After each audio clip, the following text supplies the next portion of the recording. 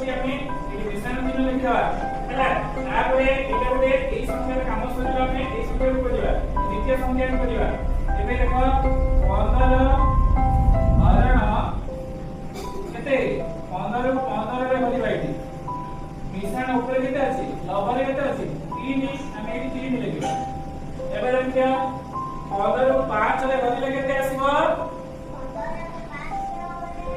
କେତେ ଆସିବ 3 ଭାଇ କେତେ ଆସିବ 3 ଆମେ ଏଠି ଲେଖିବା